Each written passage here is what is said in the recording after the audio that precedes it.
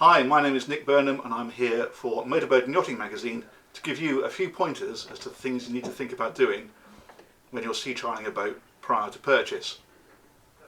Now it's important to understand that this isn't a replacement for a survey or a professional engine inspection. These are just a few things that you might want to consider when you come down to try the boat yourself.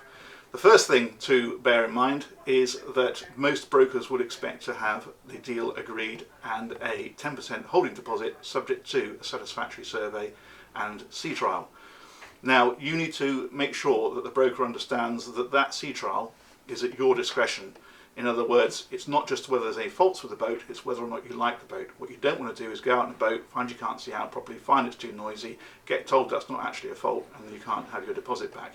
You need to make sure that it's agreed, that you have the ultimate say on whether or not you're satisfied with that sea trial.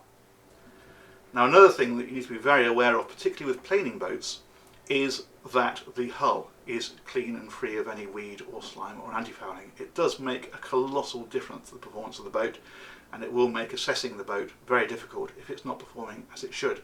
If you're having a survey, it makes a lot of sense to have the survey first, because then when the boat's lifted for survey, it can be pressure washed and the hull then will be clean and the boat will be performing as it should. Another thing I would mention is that if you boat regularly with a partner, a wife, a husband, whoever, it's worth taking them along to get their opinion and just give you a second pair of eyes. It's also quite nice if the owner comes along, because he knows the boat. If you've got any questions, he's probably better placed to answer them than the broker might be. But obviously the broker's there to do that job, so if the owner can't make it, then the broker should be able to answer any questions and help you with any of those queries.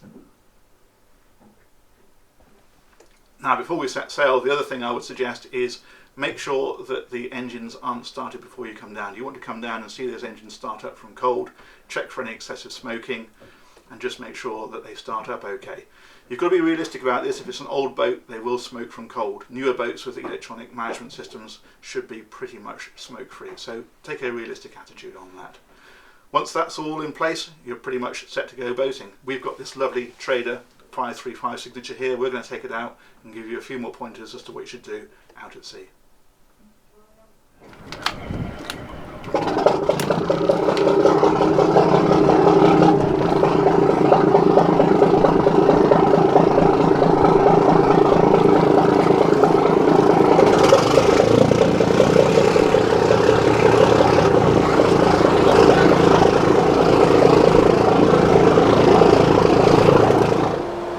Now if you're buying a faster boat, it's important to get it out of the river into some open water where you can assess it properly. It's no good buying a boat that will do 30 knots and giving it a quick 10-second burst in the river. That's not going to tell you anything.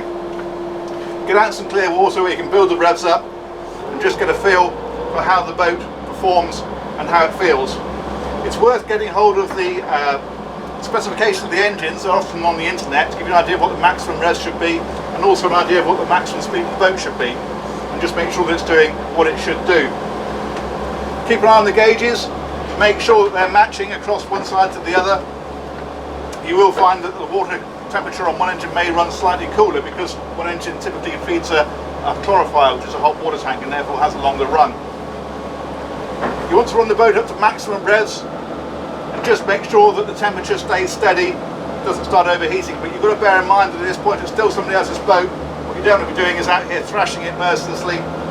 It's not something you do if it's your own boat, it's not something you should be doing for somebody else's boat, but you should certainly pick the revs up to maximum, at least for maybe a minute or two. Just make sure that everything is behaving as it should. Check the steering, give it a wind from lock to lock, make sure the boat performs correctly.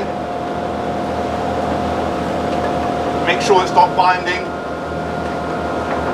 And beyond that, it's just really a case of making sure you're happy with it. Check the noise levels are good, check the visibility is good, check the seat comfort is good, make sure you can see out properly, and just make sure it's the sort of thing that once you own the boat, you'll be happy to use for however long you keep it.